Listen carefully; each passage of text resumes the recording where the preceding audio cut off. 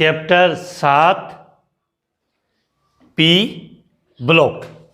तो अब देखो यहाँ से हम करते हैं कि सबसे पहले मैंने यहाँ पर लिखा है पी ब्लॉक। समझे इसको अच्छे तरीके से, क्योंकि इसके क्वेश्चन बहुत अच्छे बनते हैं। पी ब्लॉक, तो ये तो आप समझ गए कि वे तत्व जिनका अंतिम इलेक्ट्रॉन किसमें पी कक्षक में भरा जाता है उसे पी ब्लॉक तत्व कहते हैं। तो ये तो हम लिख सकते हैं, यहाँ पे शुरुआत यहीं से कर रहे हैं कि वे तत्व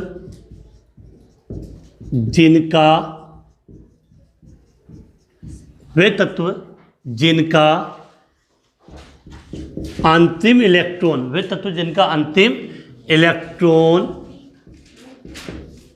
पी कक्षक में भरा जाता है उसे पी ब्लॉक के तत्व कहते हैं। क्या लिखा है? वे तत्व जिनका अंतिम इलेक्ट्रॉन पी कक्षक में भरा जाता है उन्हें पी ब्लॉक के तत्व कहते हैं। इसके बाद अगर हम बात करें तो आप सबने ये पढ़ा है कि जो पी ब्लॉक है, अभी मैंने भी आपको बताया था कि पी ब्लॉक में आवर्त सारणी का कौन सा वर्ग बात करें पी ब्लॉक में आवर्त सारणी का वर्ग नंबर 13 से वर्ग 18 के तत्व है। वर्ग 13 से वर्ग 18 किस में आते हैं? पी ब्लॉक में। तो ये तो अपने को याद करने लायक चीज़ है कि वर्ग 13 से वर्ग 18 के जो तत्व है वो कौन से ब्लॉक में आते हैं? आपके पी ब्लॉक में। तो पहली बात तो ये है कि क्वेश्चन बन जाए कि पी ब्लॉक में आवर्त सारणी के कौन कौन से वर्ग आते हैं? वर्ग 13 से वर्ग 18 के तत्व आते हैं। इसके पश्चात ये क्वेश्चन भी कभी कभार पूछ लिया जाता है कि पी ब्लॉक का सामान्य इलेक्ट्रॉनिक विन्यास। पी ब्लॉक का सामान्य इलेक्ट्रॉनिक विन्यास क्या लिखा है? पी ब्लॉक का सामान्य इलेक्ट्रॉनिक विन्यास। तो अब ये तो कंफर्म है कि पी ब्लॉक में पढ़ेंगे तो ये तो आपने पढ़ा कि पहले पी से पहले इलेक्ट्रॉन भरे जाते हैं एस के बाद आता है नंबर पी का। तो यहाँ इसका सामान्य इलेक्ट्रॉन विन्यास जब हम लिखते हैं तो लिखने का तरीका क्या होता है? NS2 NP 1 से 6। देखो पी ब्लॉक में वर्ग नंबर 13 से 18, तो देखा जाए तो कुल कितने वर्ग है इसमें? 6 वर्ग है। 6 वर्ग है। इस कारण से NS2 तो हो गया NP 1 से लेकर 6, N से लेकर नज़र नहीं आने पर थोड़ा सा साइड में हो तो यह लिख दो कितना? 1 से 6। इसको यहाँ लिख देता हूँ, वहाँ नज़र नहीं आए तो कंप्लीट है। कितना होगा? NS2 NP 1 से लेकर 6। तो पी ब्लॉक का सामान्य इलेक्ट्रॉनिक विन्यास कभी आपसे पूछ लिया जाए तो NS2 NP 1 से 6। अब देखो यहाँ से मैं एक क्वेश्चन बहुत अच्छा पुटअप कर रहा हूँ कि हमने ये कहा था कि वे तत्व जिनका अंतिम इलेक्ट्रॉन किस में भरा जाए? वे तत्व जिनका अंतिम इलेक्ट्रॉन पी कक्षक में भरा जाता है उसे पी ब्लॉक तत्व कहते हैं। लेकिन पी ब्लॉक का एक ऐसा तत्व है जिसका अंतिम इलेक्ट्रॉन एस कक्षक में भरा जाता है, पी में नहीं भरा जाता है। क्वेश्चन ऐसा आ जाता है कि ऐसा कौन सा तत्व है जिसका अंतिम इलेक्ट्रॉन पी कक्षक में नहीं भरा जाता फिर भी उसे पी ब्लॉक का तत्व माना जाता है? अगर आंसर आता है तो कमेंट्स में बता दीजिए। तो यहां से एक बात समझते हैं कि आपने देखा होगा कि आवर्त सारणी अभी हमने दिखाई थी मैंने आपको। तो एक तरफ तो होता है हाइड्रोजन, इधर वाले हिस्से पे एक तत्व आता है आपका हीलियम। किसकी बात कर रहा हूं मैं? हीलियम की। क्या लिखा है? हीलियम। आप सब जानते हो हीलियम का परमाणु क्रमांक कितना होता है? 2। तो इसका इलेक्ट्रॉनिक विन्यास क्या होता है? 1s2 होता है। 1s2। तो ये आपने किसका इलेक्ट्रॉनिक विन्यास लिखा है? हीलियम का। तो हीलियम का अंतिम इलेक्ट्रॉन किस में भरा गया है? एस कक्षक में। हीलियम का जो अंतिम इलेक्ट्रॉन है आपने वो किस में भरा है? एस कक्षक में। लेकिन आप सब जानते हो हीलियम कौन से ब्लॉक का तत्व है? पी ब्लॉक का। तो पहला क्वेश्चन तो ये बन गया कि इसको पी ब्लॉक में, और वैसे भी पी ब्लॉक का तत्व है और कौन से वर्ग में आता है? तो आप सब जानते हो ये 18वें वर्ग में आता है। कौन से वर्ग में आता है? 18वें वर्ग में। उत्कृष्ट गैस से शून्य वर्ग में आता है, क्योंकि हीलियम का अंतिम इलेक्ट्रॉन एस कक्षक में बढ़ा जाता है, लेकिन इसके गुण है वो अक्रिय गैसों के समान है। Neon, argon, krypton, xenon, radon, उनसे बिल्कुल इसके गुण बिल्कुल सेम मिलते हैं, समान मिलते हैं। इस कारण से हीलियम को कौन से वर्ग में रख दिया गया? 18वें वर्ग में। इस कारण से ये इसका अंतिम इलेक्ट्रॉन चाहे एस कक्षक में ना आए, पी कक्षक में ना आए, फिर भी इसको पी ब्लॉक का तत्व माना जाता है। तो यहाँ से ये बात रखना कि हीलियम का अंतिम इलेक्ट्रॉन एस कक्षक में भरा जाता है, फिर भी ये कौन से ब्लॉक का तत्व है? पी ब्लॉक का। तो इसके लिए लिख सकते हैं यहाँ पे कि हीलियम का अंतिम इलेक्ट्रॉन एस कक्षक में भरा जाता है। हीलियम का अंतिम इलेक्ट्रॉन एस कक्षक में भरा जाता है, लेकिन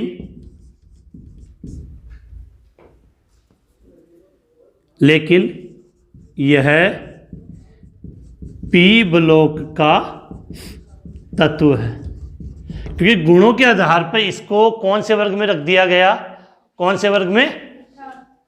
ये आपके 18वें वर्ग में, शून्य वर्ग में, अक्रिय गैसों वाले वर्ग में रख दिया गया है। तो ये शुरुआत की है हमने, अभी हमने स्टार्ट नहीं किया चैप्टर को, तो सिद्ध सी बात है।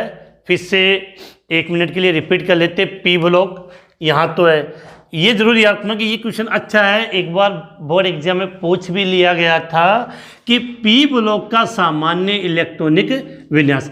यहाँ मैंने ये बात नहीं की वर्ग 13, 14, 15, 16, 17, 18, केवल पी ब्लॉक। मैंने यहाँ पर आपको पी ब्लॉक का सामान्य इलेक्ट्रॉनिक विन्यास पूछा गया है, तो ध्यान रखना कितना होगा? NS2 NP 1 से 6। और ये आप सब जानते हो कि पी ब्लॉक में कौन कौन से वर्ग आते हैं?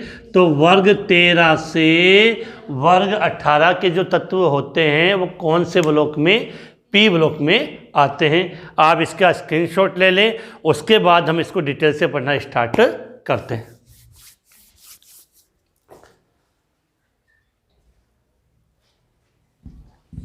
अब इसको हम चैप्टर को पढ़ना स्टार्ट करते हैं। तो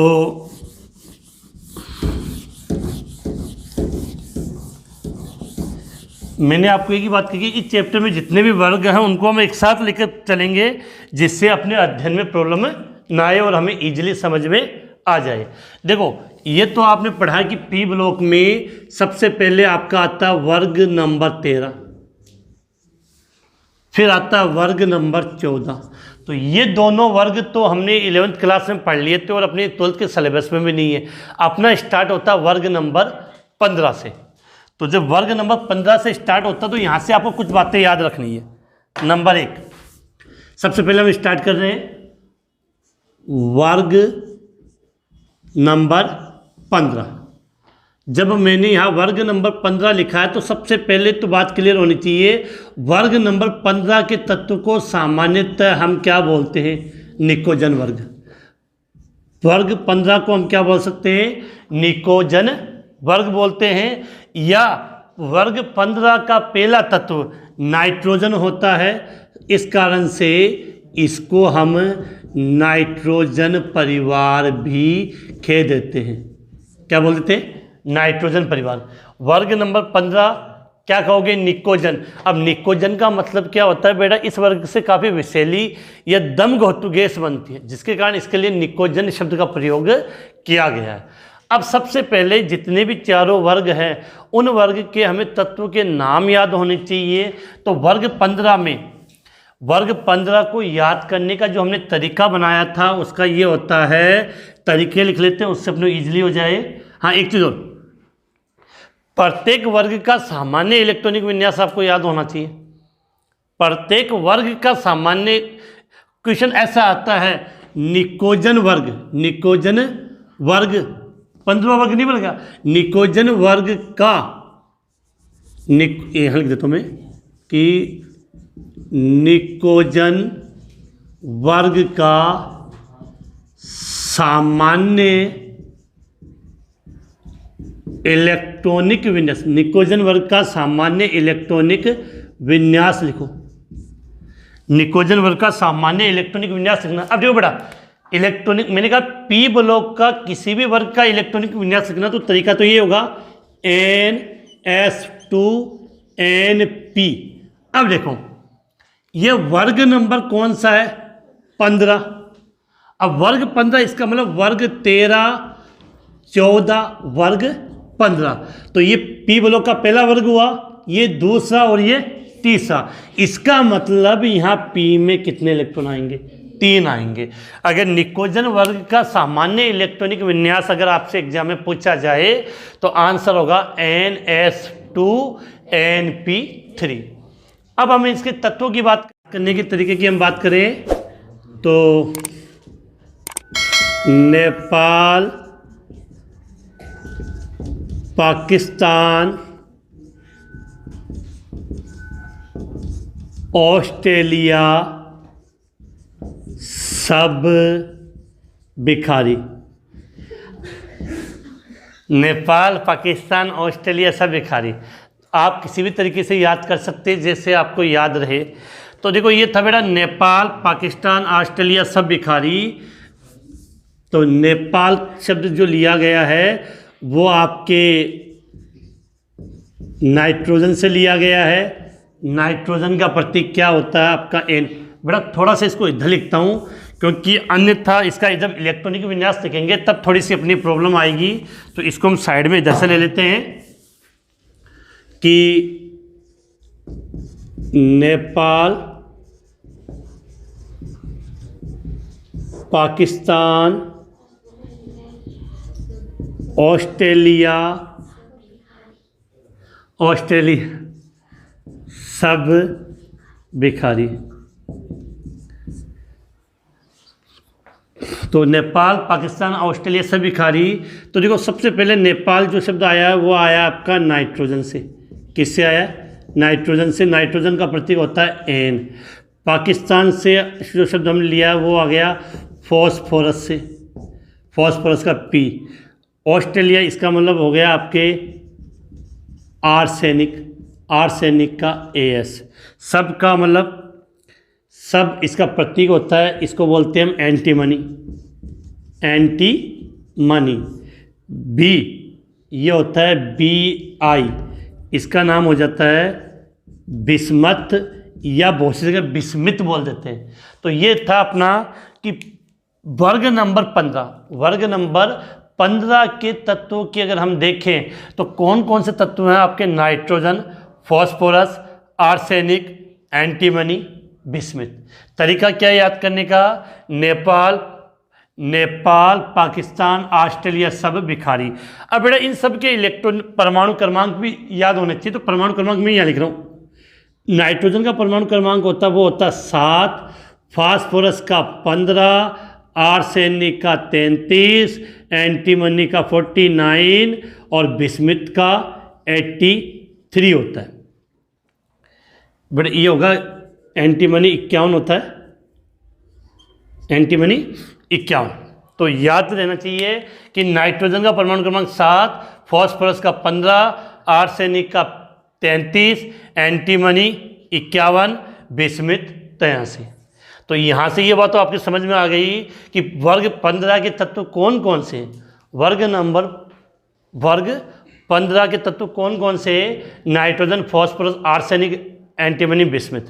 अब बेटा सबसे इनका चाहे हम चारों वर्ग पढ़ेंगे, अगर इस वर्ग का आपने इलेक्ट्रॉनिक विन्यास ढंग से समझ लिया तो आगे वाले किसी भी वर्ग का इलेक्ट्रॉनिक विन्यास लिखने में कोई प्रॉब्लम नहीं होगी। क्योंकि बस इतना ही है, 15वें वर्ग में यहाँ 3 आएगा, 16वें वर्ग में 4 आएगा, 17वें वर्ग में यहाँ 5 आ जाएगा और 18वें वर्ग में 6 और कोई अंतर नहीं है, बस थोड़ा सा यहाँ आपको कंसंट्रेट होकर करना पड़ेगा।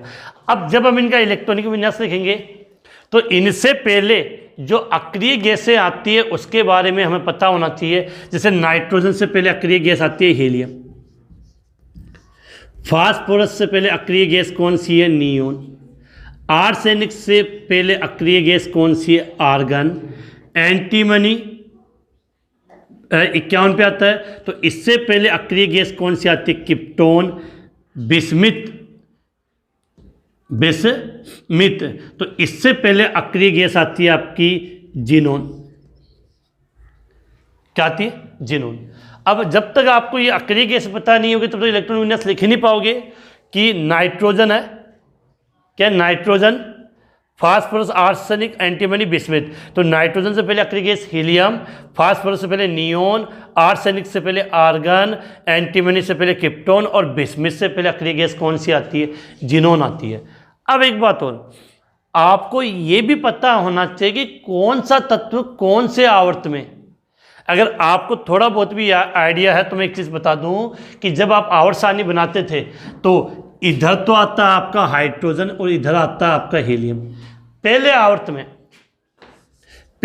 में एक तरफ हाइड्रोजन होता है, दूसरी तरफ हीलियम होता है। ये तत्व स्टार्ट होता है नाइट्रोजन आपके दूसरे आवर्त में, तो ये दूसरे आवर्त का, ये तीसरे का, ये चौथे का, ये पांचवें का और ये छठे आवर्त का है।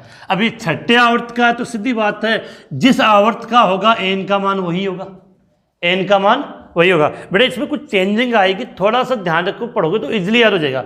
अब देखो नाइट्रोजन दूसरा आवर्त का, ये तीसरे, चौथे, पांचवें, छठे, दूसरा आवर्त का तो यहाँ लिख दिया मैंने 2s2 2p3, तो एन का मान कितना कर दिया, 2। अब फास्फोरस कौन से आवर्त में आता है, तीसरे आवर्त में, तो यहाँ कर दिया 3s2 3p3। अब एक बार चेक कर लेते हैं कि हमने जो इलेक्ट्रॉनिक विन्यास लिखा वो सही है या गलत है। कैसे, नाइट्रोजन का परमाणु क्रमांक कितना बेटा, 7। नाइट्रोजन का जो परमाणु क्रमांक हमने लिखा है वो कितना है, 7 है नाइट्रोजन का परमाणु क्रमांक। अब देखो हीलियम का परमाणु क्रमांक होता है 2 2 2 4 4 3 7, बिल्कुल सही है। अब फॉस्फोरस का परमाणु क्रमांक कितना होता है, 15। तो देखो नियोन का परमाणु क्रमांक कितना लिखते हो आप, 10 10 2 12 12 3 15। तो जस्ट आगे वाले में कंडीशन करो तो क्या लिख दिया यहाँ पे, 4s2 4p3 ये लिखा। अब देखो बेटा इसको चेक करते हैं हम कि आर्सेनिक का परमाणु क्रमांक होता 33, आर्गन की बात करें तो आर्गन का परमाणु क्रमांक होता है 18 2 20 20 3 23, जबकि यहाँ पर 33 है। इसका मतलब साफ साफ समझ में आ रहा है कि कितने तत्व मिक्स है, 10 है। अब बेटा 10 होने का मतलब डी ब्लॉक मिक्स है। सीधी बात है कि जब आप इसका इलेक्ट्रॉनिक विन्यास आपने ऐसा लिखा है, आर्गन 18 2 20 20 3 23, तो अब आपको हमने डी ब्लॉक में भी पढ़ा था कि 4s से पहले जो 10 मिस है तो इसका मतलब डी की कमी है। तो 4s से पहले कौन सा डी आता है, तो आप सबको याद होता है 3d10 आएगा, 3d10। तो यहां से याद करना कि आर्सेनिक का इलेक्ट्रॉनिक विन्यास लिखोगे तो अंत में तो ये आएगा NH2NP3, लेकिन उससे पहले क्या लिख दिया, 3d10। अब काउंट करो, आर्गन 18 10 28 28 2 30 30 3 33, बिल्कुल सही हो गया। अब अगर हम आगे बात करें किसका, एंटीमनी का परमाणु क्रमांक आता है 51 की बात करें तो जो क्रिप्टोन होता है वो कितने नंबर पे होता है, 36 नंबर पे। नॉर्मल तरीका हमने जो सीखा उसी को काम में लेते हैं। देखो ये दूसरा, ये तीसरा, ये चौथा, तो ये पांचवा आवर्त, तो यहाँ लिख दिया 5s2 और 5p3, तो 36 36 2 38 38 3 41, कितने मिस हो गए, 10 का मतलब डी वाला मिक्स। अब डी कौन सा, देखो 4s से पहले आता 3d, तो 5s से पहले कौन आएगा, 4d, तो यहां हम लिखेंगे 4d कितने 10। क्या लिखेंगे 4D10। तो 4D मैंने लिख दिया 10, तो जो 36 10 46, 46 2 48, 48 3 51, बिल्कुल सही हो गया। अब हम बात करें जिनोन की। तो बेटा जिनोन की बात करते हैं, अगर आपको समझ में आ रहा है, अच्छा लग रहा है, तो वीडियो को ज़रूर, इस ऑनलाइन क्लास के लिंक को ज़्यादा से ज़्यादा शेयर करें, अपने सभी साथियों तक भेजाएं और उन सबको सूचित करें कि नया चैप्टर स्टार्ट हो गया है। नाम है पी ब्लॉक, टफ चैप्टर है और ये अपनी 5 या 7 दिन की ऑनलाइन क्लास में मैं इसको कंप्लीट करवा दूंगा और बिल्कुल उम्मीद होगी कि अच्छी तरीके से आपको समझ में आ रहा होगा। जो नए यूजर है वो फर्स्ट बार ये ऑनलाइन क्लास अटेंड कर रहे हैं, वो चैनल को सब्सक्राइब करना ना भूलें। जो सब्सक्राइब रेड कलर का उसको दबा दो, जिससे ब्लैक हो जाए, घंटी है उसको भी बजा देना। अब हम बात करें अपने, अब हमें बिस्मिथ का इलेक्ट्रॉनिक विन्यास लिखना है। अब यहाँ देखो समझना बेटा, जिनोन है कोई बात नहीं है, ये 5वां था, अब 6ठा आवर्त आ गया, तो सीधा हम लिखेंगे 6s2 6p3। ये थोड़ा सा मैं इसको सेलेक्ट दूँ यहाँ पे कि 6s2 6p3। तो अब हम बात करें जिनोन, तो इसको हम काउंटिंग करते हैं। काउंटिंग करो तो देखो जिनोन का परमाणु क्रमांक होता है 54। मैंने पहले ही कहा था कि अक्रिय गैस, पिछले चैप्टर में भी अपनी बात की थी, अक्रिय गैस को तो सबका हमें परमाणु क्रमांक याद होना चाहिए। तो जिनोन का 54, 54 2 56, 56 3 59, 59। अब बेटा 59 और यहाँ 83, काफ़ी अंतर हो गया, कंफ्यूज वाला सिस्टम हो गया। तो हमें पता है, देखो 6s से पहले एक चीज़ तो कंफर्म आएगी, जो आपने लिख दी यहाँ पर 5D। अब 5D 10 कर लिया, अब और काउंट करते हैं। देखो 54 10 64, 64 2 66 और 66 3 69 हो गया, और यहाँ पर 83। साफ समझ में आता है कि अभी 14 तत्व और कम है। अब 14 तत्व कम होने का मतलब कौन सा ब्लॉक? F block. 14 तत्व कम होने का मतलब कौन सा कम है? F ब्लॉक कम है। इसका मतलब 5D से पहले कौन सा F ब्लॉक आता है? 4F। कौन सा आएगा? 4F। अब यहाँ 14 कर लो, अब काउंट कर लेना बेटा, 54 और 14 68, 68 10 78, 78 2 80, 80 3 83। तो ये हमने इन सब का इलेक्ट्रॉनिक विन्यास लिख दिया। इसी में बेटा आपने इतना टाइम लगाया, आगे वाले में तो सब में कॉमन है, आगे वाले में सब में यही आएगा। बस यह है कि 3 की जगह जहाँ किया है, जब वर्ग नंबर हम 16 पढ़ेंगे तो उनके इलेक्ट्रॉनिक विन्यास में केवल यही अंतर है कि 3 की जगह क्या हो जाएगा? 4। अब कुछ विशेष बातें मैं आपको फिर से बता दूं। स्टार्ट कर रहे हैं। हमने लिखा है वर्ग नंबर 15। वर्ग नंबर 15 के तत्वों को सामान्यतः क्या बोलते हैं? हम निकोजन वर्ग बोलते हैं। निकोजन वर्ग या निकोजन परिवार, जो आप कहना चाहो, निकोजन वर्ग। क्योंकि वर्ग 15 तो सब जानते हैं, कन्फ्यूजन करना है तो अगला क्या देगा? निकोजन वर्ग का सामान्य इलेक्ट्रॉनिक विन्यास। तो ये बिल्कुल क्लियर होना है, NH2NP3। अगर आपने देखा हो तो सब में S में 2 आया और सबके P में 3 आया। अब N का मान चेंज होगा, वो तो आवर्त के अकॉर्डिंग होगा। तो सीधी सी बात है, निकोजन वर्ग का सामान्य इलेक्ट्रॉनिक विन्यास क्या होगा? NH2NP3। इसके पश्चात, क्योंकि इस वर्ग के साथ हमें आगे वाले वर्गों का तत्व भी याद करना है। अब सुना, नाइट्रोजन और फास्फोरस में तो कन्फ्यूजन ही नहीं है। ध्यान रखना है कि पहले आवर्त में तो केवल 2 ही तत्व आते हैं, हाइड्रोजन और हीलियम। हाइड्रोजन और हीलियम, ये नाइट्रोजन 15वें वर्ग में नाइट्रोजन, 16वें वर्ग में ऑक्सीजन, 17वें वर्ग में आपके फ्लोरीन। ये दूसरे आवर्त से स्टार्ट होते हैं। तो ये दूसरा, तीसरा, चौथा, पांचवा, छठा।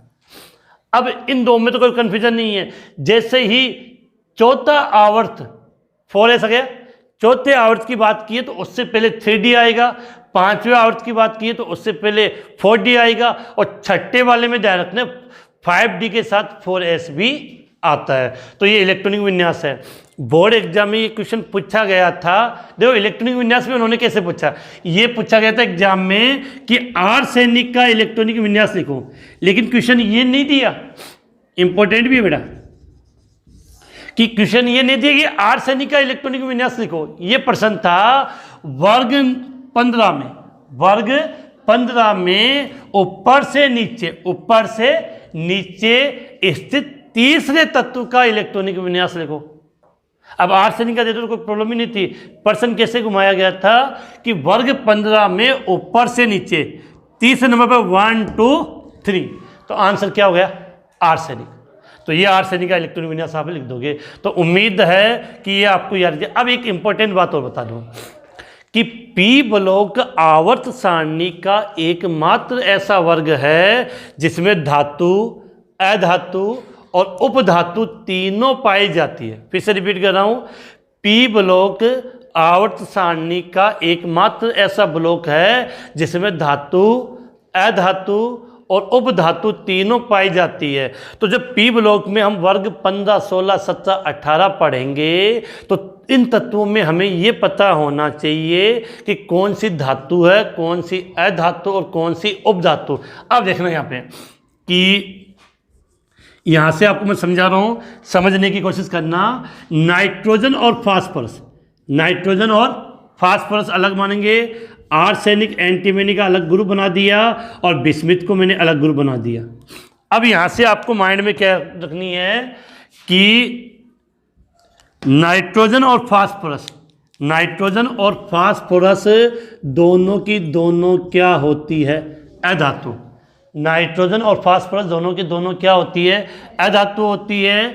आर्सेनिक और एंटीमनी, आर्सेनिक और एंटीमनी दोनों की दोनों उपधातु, दोनों की दोनों क्या होती है? उपधातु होती है। और बिस्मिथ होती है वो क्या होती है? आपकी धातु होती है। बिस्मिथ है वो आपकी क्या होती है? धातु होती है। तो फिर से रिपीट करो, क्वेश्चन अच्छा आ जाता है कि पूछ लिया कि इनमें से कौन सी धातु, कौन सी अधातु। तो याद क्या करना है? नाइट्रोजन और फास्फोरस दोनों की दोनों क्या होती है? अधातु। आर्सेनिक और एंटीमनी दोनों की दोनों क्या होगी? उपधातु। और बिस्मिथ को हम क्या मानेंगे? धातु। तो ये क्लियर है। इसके पश्चात अभी हमने वर्ग 15, मैंने कहा कि वर्ग 15, 16, 17, 18 तीनों के इलेक्ट्रॉनिक विन्यास तत्व में धातु है, तो वो सब हम एक साथ पढ़ लेंगे जिससे हमें इजीली समझ में आ जाए। अब इस वर्ग के वर्ग 15 के दो कंपाउंड बहुत इंपॉर्टेंट है जो पूछे जाते हैं, जिनकी मैं आपको कुछ कंडीशन बता दूं कि अगर हम बात करें कि एक तो हम कंपाउंड लिखते हैं NaNO3, क्या लिखा है? NaNO3, और एक हम लिखते हैं KNO3। इनका रासायनिक नाम तो बेटा इजी है, रासायनिक नाम में तो कोई कन्फ्यूजन है। NaNO3, Na को आप क्या बोलते हो? सोडियम। फिर से रिपीट करें, Na को आप बोलते हो सोडियम और NO3 को क्या बोलते हो आप? नाइट्रेट। अगर दूसरी वाली बात करें तो KNO3, K को क्या बोलते हो आप? पोटेशियम, और Na3 को नाइट्रेट। तो नॉर्मल नाम तो इसका ये लिख दोगे आप, सोडियम नाइट्रेट। NaNO3 के नाम की बात करें तो इसका नाम क्या लिख दिया आपने? Sodium nitrate. और अगर KNO3 की बात करें तो इसको हम नाम दे देंगे पोटेशियम नाइट्रेट। लेकिन इनके लिए दो सामान्य नाम प्रचलित होते हैं, उनकी हम बात कर लेते हैं। सोडियम नाइट्रेट है, उसको कहा जाता है चिल्ली साल्ट पीटर। ये याद रखना है, पूछा जा सकता है, चिल्ली साल्ट पीटर। और पोटेशियम नाइट्रेट है, इसको कहा जाता है इंडियन साल्ट पीटर या Indian Peter, Indian salt Peter. तो ये दो शब्द आपको याद रखने हैं। यहाँ से अच्छा क्वेश्चन आ जाता है, फिर से रिपीट करके समझा दूँ, प्रश्न सीधा आएगा। NaNO3 को किस नाम से जाना जाता है? तो ये नाम तो आप समझते हो, तो नाम से हो जाएगा, यहाँ याद करना है। यह क्वेश्चन ऐसा आ गया कि चिल्ली साल्ट पीटर का सूत्र लिखिए। चिल्ली साल्ट पीटर या चिल्ली सोरे, इसको कभी कभार चिल्ली सोरे भी कह देते हैं। तो चिल्ली साल्ट पीटर का फॉर्मूला क्या हो गया? NaNO3 और इंडियन साल्ट पीटर का फॉर्मूला क्या होता है? KNO3, potassium nitrate. तो ये आपके वर्ग 15 के 2 इंपॉर्टेंट कंपाउंड थे जो मैंने साथ में आपको लिखा दिए। पसंद आ गया तो एक लाइक ज़रूर ठोक देना, लेकिन ठोकते समय ध्यान रखना कि मोबाइल नहीं टूट जाए अपना। तो इसका आप स्क्रीनशॉट ले लें।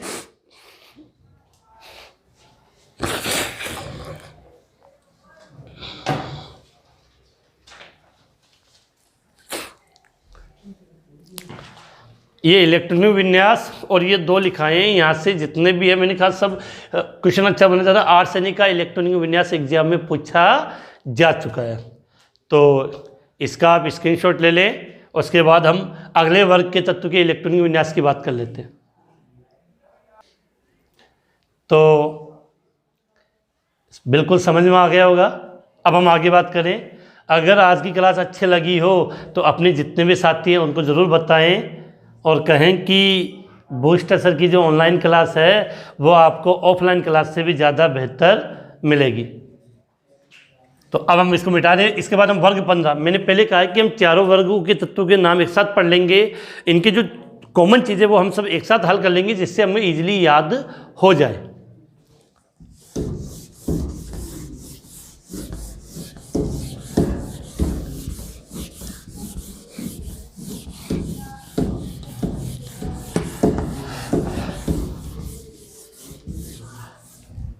अब बात कर लेते हैं वर्ग नंबर 15। जैसे हमने वर्ग नंबर 16 की बात करते हैं।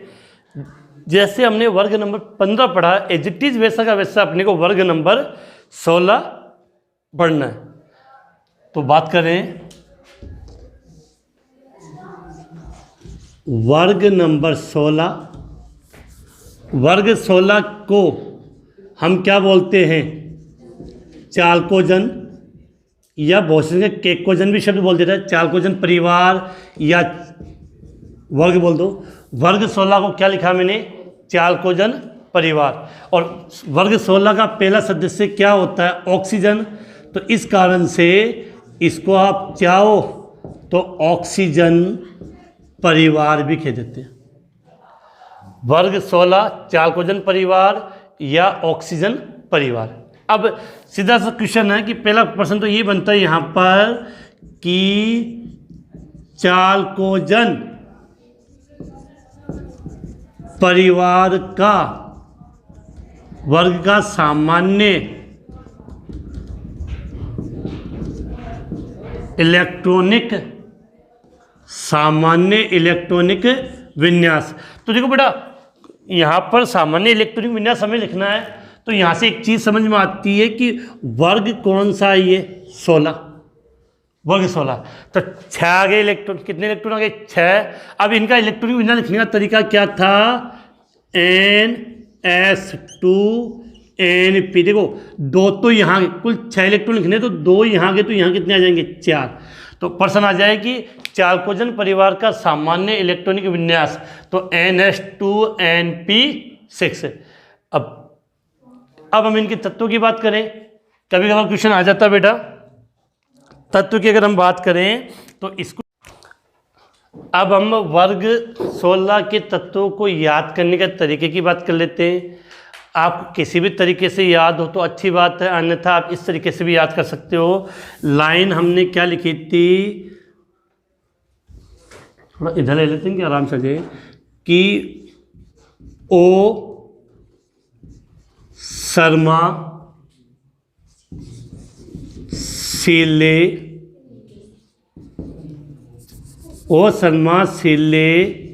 तेरी पॉकेट। फिर से रिपीट कर रहा हूँ कि 16वें वर्ग को याद करने का तरीका क्या रखना था? ओ सलमा सिले तेरी पॉकेट। और अगर इसके अकॉर्डिंग लिखना चाहो तो यहाँ से लिख सकते। ओ का मतलब आ गया आपके ऑक्सीजन।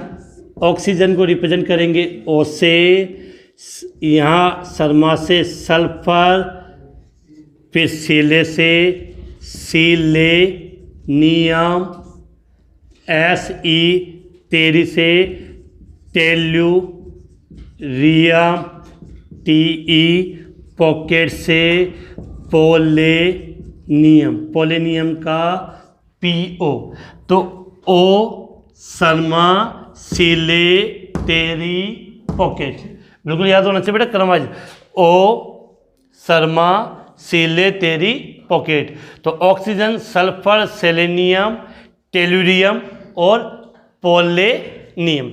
अब यहाँ पर एक विशेष बात करें कि हम इनके परमाणु क्रमांक की बात कर लेते कि अब हमें इन सब का परमाणु क्रमांक पता होगा तभी तो हम इनका क्या लिख पाएंगे, इलेक्ट्रॉनिक विन्यास।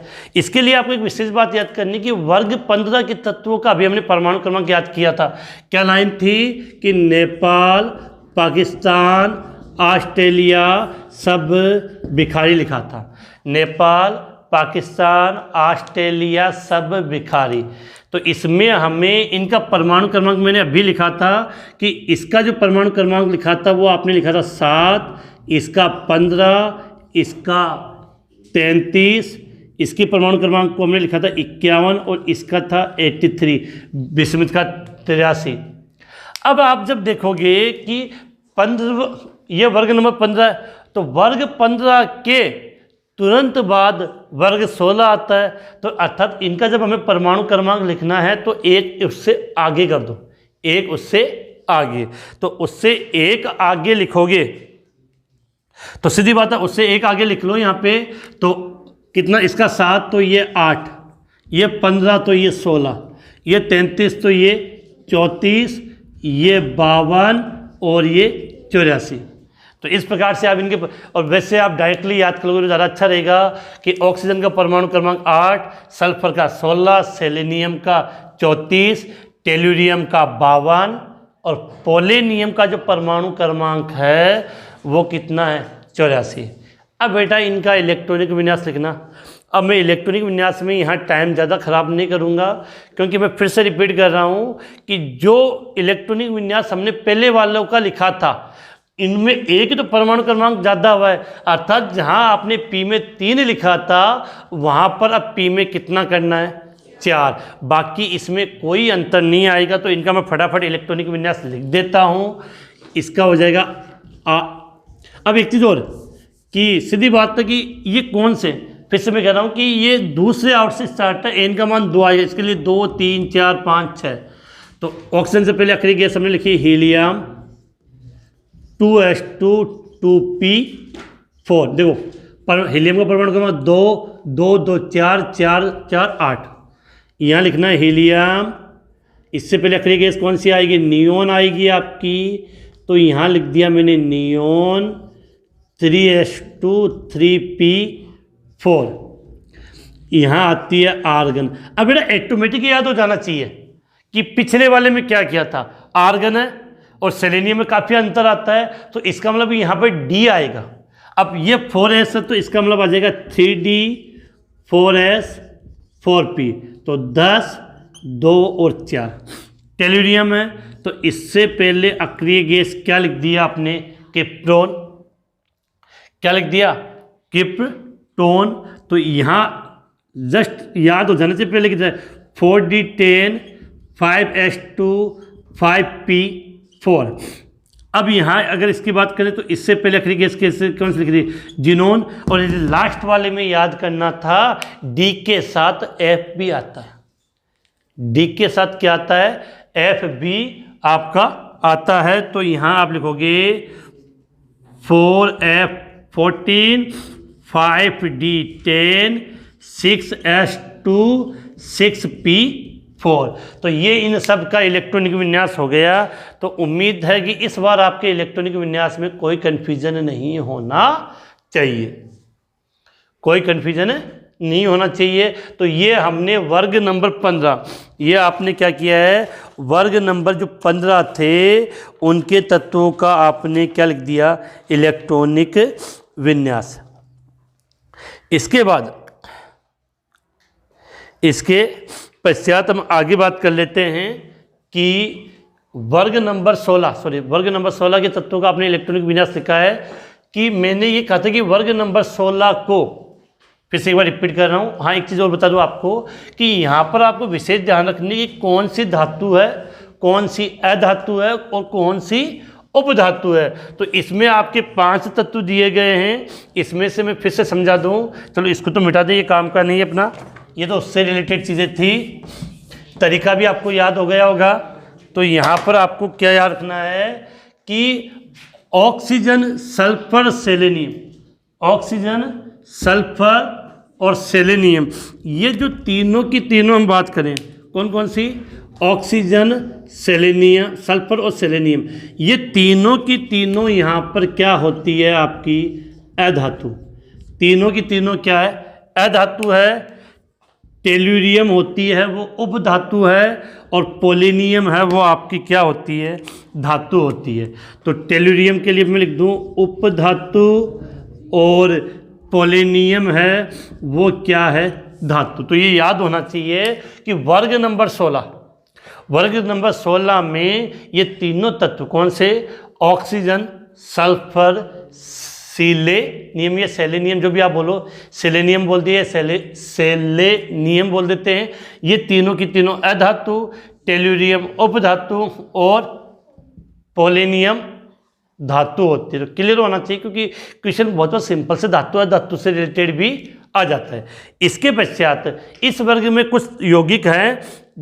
अब हाँ एक चीज और, कि जो आपने क्या लिखा है, चालकोजन, चालकोजन परिवार के साथ मैंने बताया था, इनको एक शब्द बोलते हैं केल्कोजन परिवार, चाहे चालकोजन बोल दो। जैसे आपने कहा कि वर्ग नंबर 16 के तत्वों को हम क्या बोलते हैं, चालकोजन। लेकिन आपको ये याद रखना है कि वर्ग चालकोजन के स्थान पर बहुत बार इसको केल्कोजन, क्या लिखा है, केल्कोजन। अगर नज़र नहीं आ रहा तो यहाँ पे लिख दूँ मैं केल्कोजन।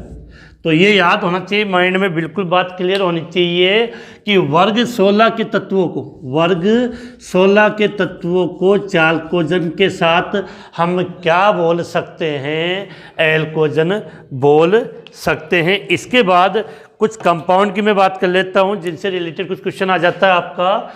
एक तो हम बात करें जिप्सम, एक होता है एप्सम।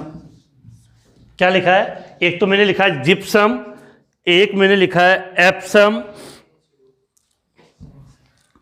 एक होता है गेलेना, एक को बोलते हैं जिंक ब्लेड, और एक है कॉपर पाइराइट। कॉपर पाइराइट बोलते हैं, कॉपर पाइराइट। कि कभी कभार प्रश्न इस प्रकार से पूछ लिया जाता है कि ये जो 16वें वर्ग के तत्व है वो किन कंपाउंड के रूप में पाए जाते हैं। एक चीज़ और भी याद आ गई मुझे कि वर्ग 16 के तत्व को हम क्या बोलते हैं, चालकोजन। अब प्रश्न ये बनता है कि वर्ग 16 के तत्वों को हम चालकोजन क्यों कहते हैं। वर्ग 16 के तत्वों को हम चालकोजन इसलिए कहते हैं कि ज़्यादातर जो अयस्क होते हैं वो या तो ऑक्साइड के रूप में होते हैं या सल्फाइड के रूप में पाए जाते हैं।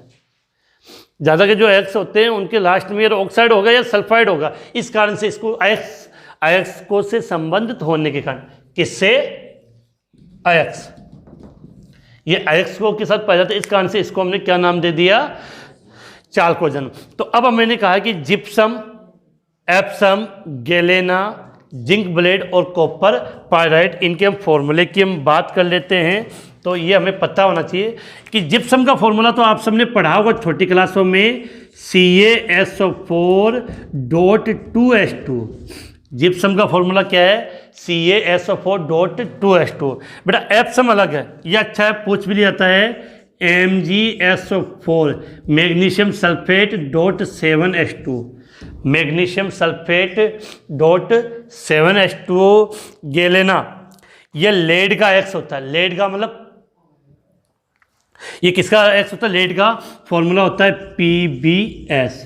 क्या लिखा है, PbS। ये जिंक का एक्स होता है, नाम होता है ZnS।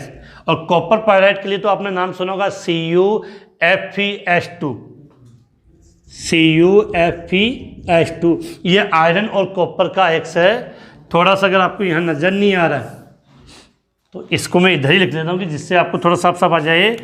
क्या नाम दिया था मैंने यहाँ पे, कॉपर पाइराइट। क्या लिखा है, कॉपर पाइराइट। और फॉर्मूला क्या था, CuFeS2। CuFeS2। अब फिर से रिपीट कर रहा हूँ, ये प्रश्न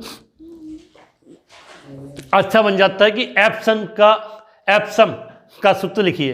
तो फिर से रिपीट कर रहा हूँ कि वर्ग नंबर 16 के कुछ तत्वों के मैंने यौगिक लिखे हैं। तो पहला नाम दिया gypsum, gypsum calcium sulphate, sulphur है बेटा इसमें, कैल्शियम सल्फेट। तो जिप्सम का फॉर्मूला याद होना चाहिए, फॉर्मूला क्या था, CaSO4.2H2। अगला फॉर्मूला लिखा मैंने एप्सम, क्या लिखा है, एप्सम। तो फॉर्मूला क्या होगा इसका, MgSO4.7H2, MgSO4.7H2। गेलेना रट लेना कि लेड, पीबी का मतलब क्या होता है, लेड सीसा बोलते हो, उसका एक्स है गेलेना। फॉर्मूला होता है PbS, क्या नाम है, PbS। जिंक ब्लेड, जिंक का एक्स है Zns, क्या नाम है, जिंक के लिए यशद ब्लेड। ये जो जिंक शब्द है बहुत बार आपको यहाँ पर क्या नाम है, शद ब्लेड भी लिखा हुआ उसका Zns। इसके पश्चात कॉपर का मुख्य एक्स क्या नाम है, कॉपर पायराइट, कॉपर पायराइट। और फॉर्मूला होता है CuFeS2। क्या फॉर्मूला लिखा है, CuFeS2। तो ये हमने वर्ग नंबर 16, क्या वर्ग नंबर 16 के तत्व मैंने आपको यहाँ लिखा दिए थे। उनका इलेक्ट्रॉनिक विन्यास उनको क्या कहते हैं, उनके मेन से कौन से कंपाउंड है वो मैंने आपको सामने लिख दिया। किसी का भी अगर इलेक्ट्रॉनिक विन्यास पूछा जाए तो आप इसका आंसर कैसे दोगे, जल्दी से इसका स्क्रीनशॉट लें, फिर हम आगे बात करते हैं इसके बाद। तो उम्मीद है कि आपको काफ़ी हद तक समझ में आया होगा। तो हो गया आपका। यहाँ पे एक ध्यान रखिए कि यहाँ पर ये 2S2 अर्थात यहाँ पर एन नहीं लिखेंगे, क्या लिखेंगे 2P4, करेक्शन कर लेना इसको। और आज की क्लास उम्मीद है कि काफ़ी अच्छी लगी होगी। अपने जितने भी साथी हैं उन सबको ज़रूर कहें कि सर की क्लास अटेंड करें, ज़्यादा से ज़्यादा मैसेज फॉरवर्ड करें। आज की ये क्लास में यही समाप्त करता हूँ। उम्मीद है आपको काफ़ी हद तक पसंद आई होगी।